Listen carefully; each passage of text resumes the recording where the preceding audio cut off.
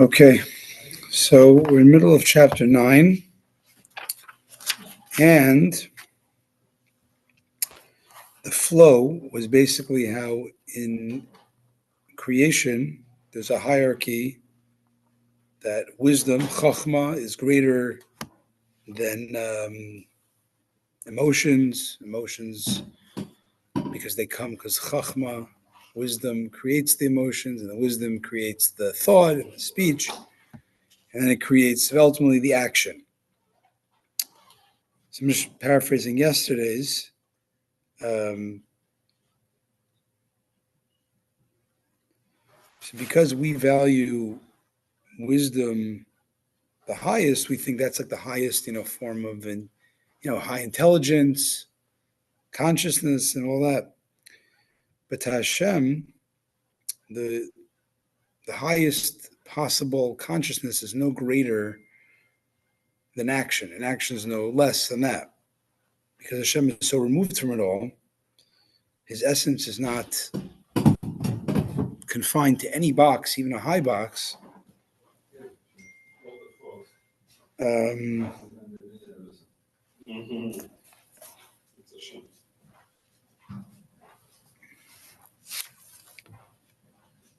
Said yesterday a famous line that if you say that you can't understand Hashem, it's a nonsensical term.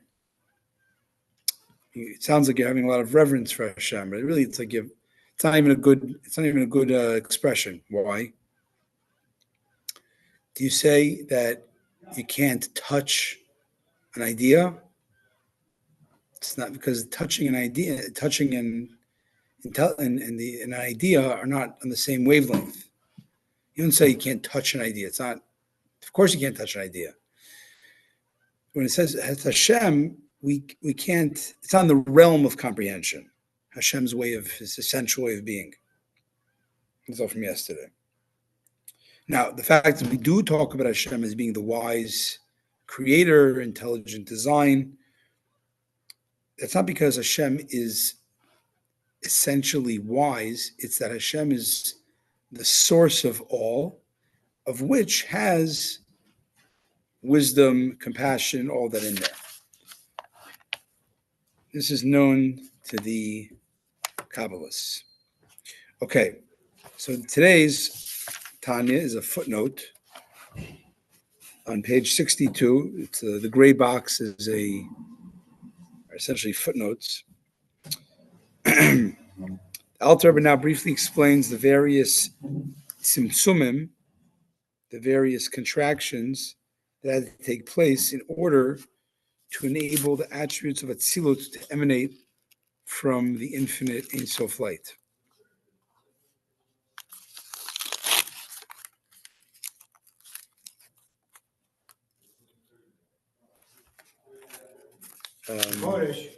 Chodesh. So here's all the tzimtzums. This now will outline the mystical principle of the tzimtzum of the infinite Ein Sof light.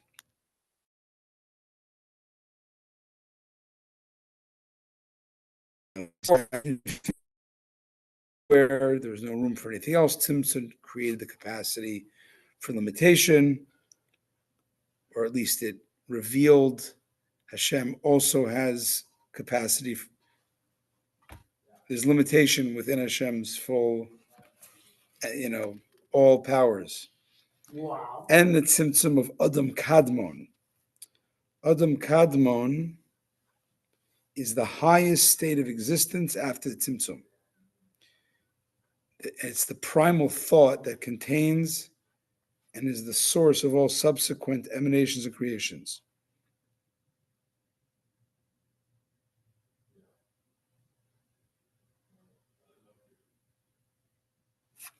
The tzimtzum of Adam Kadmon. And the esoteric doctrine of the tzimtzum of Dikna. What's that? A beard. Beard or hair. Hair also comes from, let's say in the person, it comes from your life force, but it's a very diminished. You could cut it, it won't even hurt. So it's like if you cut a finger, it hurts because it's much more essential. If you cut hair, why doesn't it hurt when you cut your hair? Because the life force is so contracted. So it's not as strongly, it's not strongly felt to the essence of the person. Although it does come from there, but it's not as strongly felt. 63, for the underlying purpose of all the contractions is to condense the light in order to enable it to become clothed within the vessels of the 10 sfirot of Atzilut. Meaning the vessel means the form of wisdom or of kindness. It's like different colored glasses.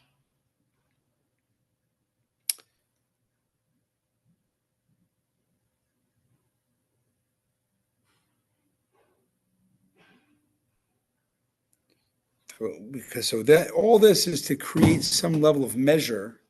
So now there's particulars where the essential light can at least relate to this prism of a certain energy limitation.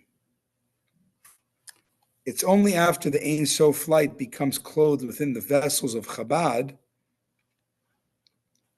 that Maimonides' statement about the Holy One Blessed Be is in place. He is the knower, the knowledge, and the known. And by knowing himself, he knows all creation. Meaning, you're putting God in a box of knowledge. It sounds very nice, but it's a box. For the vessels of Atzilut become the soul life force of the worlds of Bria, Yetzirah, Asiyah, the lower worlds, and all the creatures therein. By knowing himself with the knowledge that's to be found in the vessels of Atzilut, he also knows the worlds of all the other creatures that come subsequently.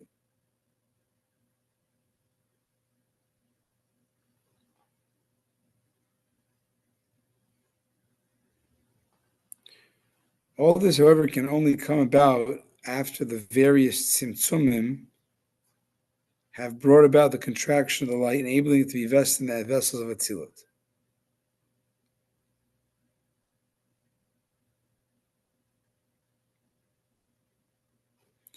All this can come only after the various symptoms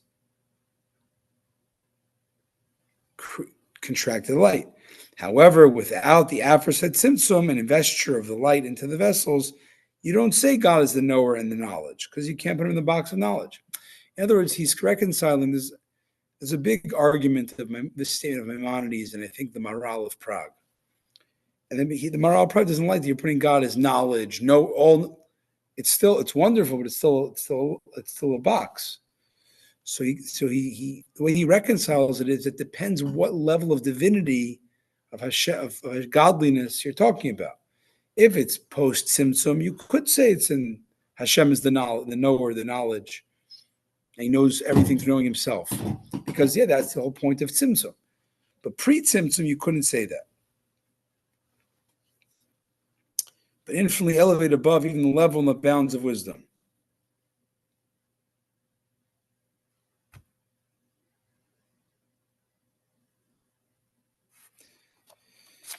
For even the statement that he is the knower implies restricting God, so to speak, to one particular faculty. However, Hashem transcends.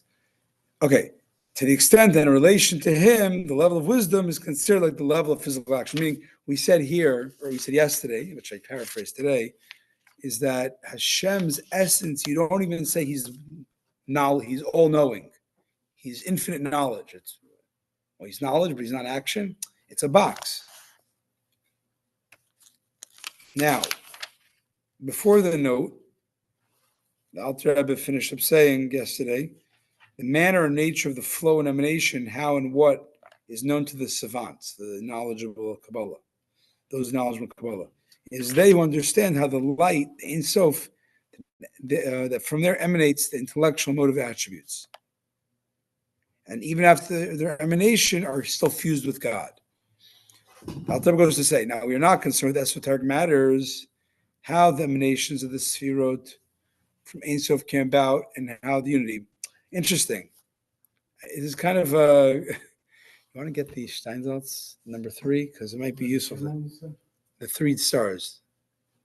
There's the 3 stars on the blue book.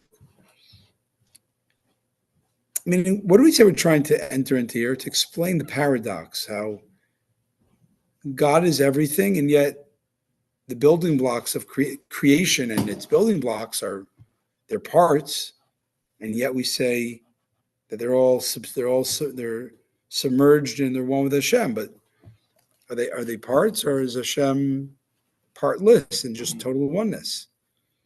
So he says, if you're a Kabbalist, you understand this. If you're a Kabbalist, you understand this. But you know what? That's not important to be a quantum physicist. We're not concerned about that. It's incumbent upon us to believe with complete faith. Thank you so much. Complete faith, matters that are revealed to us, we don't understand how it works, but he and all his tools, his attributes, the sefirot, are one. Meaning, the attributes of the Holy One, blessed be he, and his will and his wisdom, understanding, and knowledge are one with his essence and being.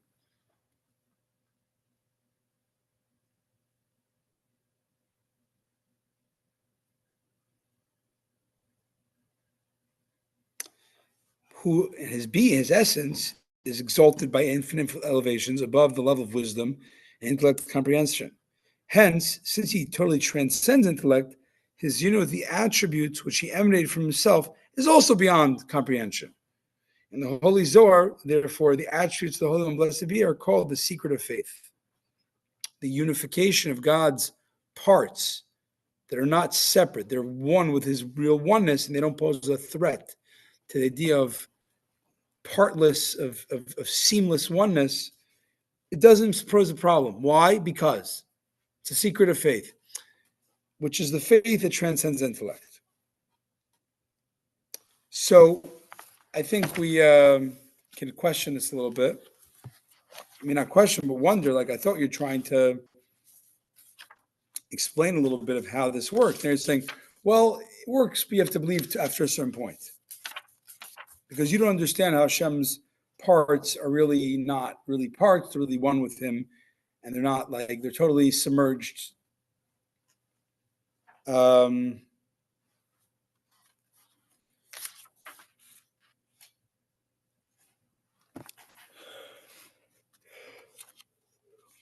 Okay.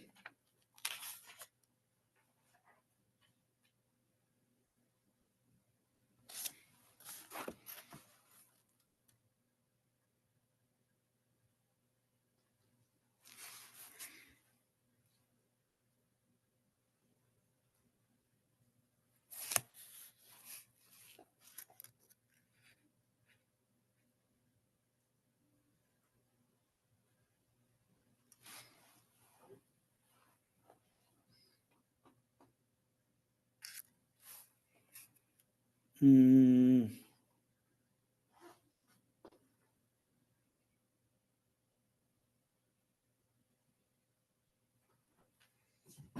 it comes to divine nature,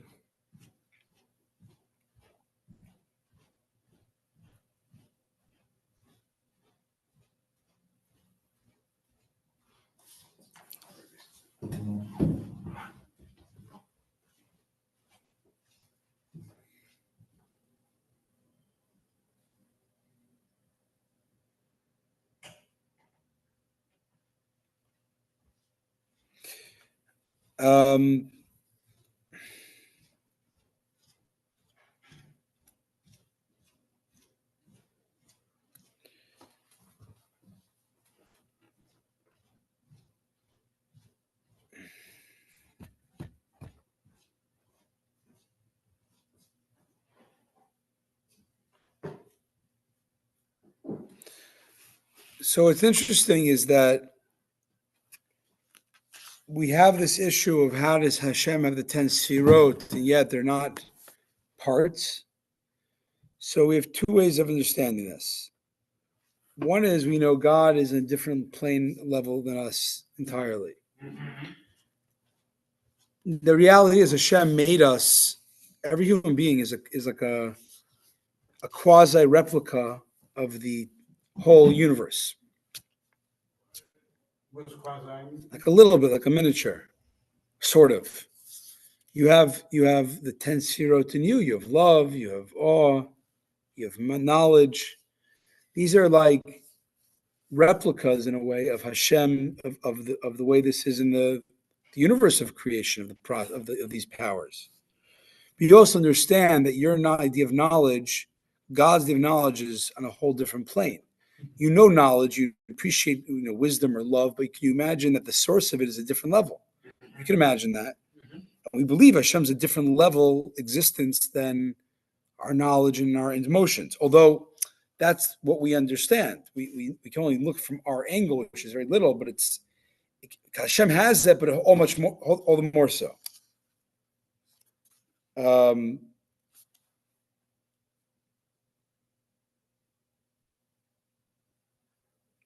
But that's all of like, you can appreciate Hashem's compassion is so great. We have a little compassion, Hashem's a lot of compassion.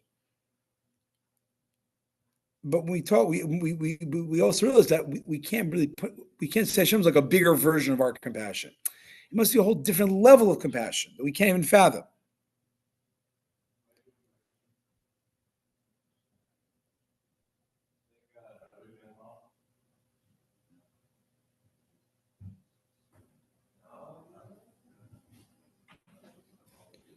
So another way they say is a limb. A limb is not like independent of your body. It's transparent for the person. So it's another way of a little understanding how the sefirah could be a limb of God, but it's transparent. You know what I'm saying? Okay. Ultimately, this is if there's faith here, because while you can have a starting point, you have to go off to say Hashem's knowledge is a different level of knowledge. And therefore, the way Hashem's knowledge is not in the box of